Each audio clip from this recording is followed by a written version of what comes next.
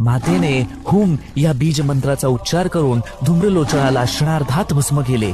तर झाले असे, शुंभ राक्षसाने धूम्रलोचन राक्षसाला आज्ञा केली की जा, तू तुझ्या सेनेसोबत जा आणि त्या दुष्ट स्त्रीला बलपूर्वक इथे घेऊन ये. जर तिला वाचवण्याकरिता कोणते देव तिथे आले तर त्यांनाही तू अवश्य मारून टाक आणि लवकरात लवकर तिला घेऊन ये.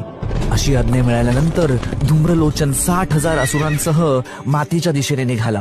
अंबिकाला पाहताच तो म्हणाला, हे स्त्री, तू लवकरात लवकर शुंभ आणि शुंभांकडे चल. असं जर तू न करशील तर तुझे केस पकडून मी तुला बलपूर्वक घसरत घेऊन जाईल. हे ऐकता क्षणी देवी म्हणाली, तू तर खूप बलवान दिसतोस आणि तुझ्यासोबत सेना देखील आहे. अशा स्थितीमध्ये मी तुझं काय वाईट करू शकेल. हे ऐकून धूम्रलोचन देवीच्या दिशेने निघाला.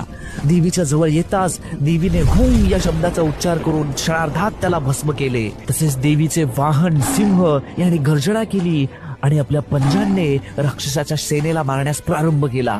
कित्येकांची मस्तकं छाटली, कित्येकांची पोटं फाडली आणि अशा प्रकारे त्याने सर्व सेनेचा नाश केला.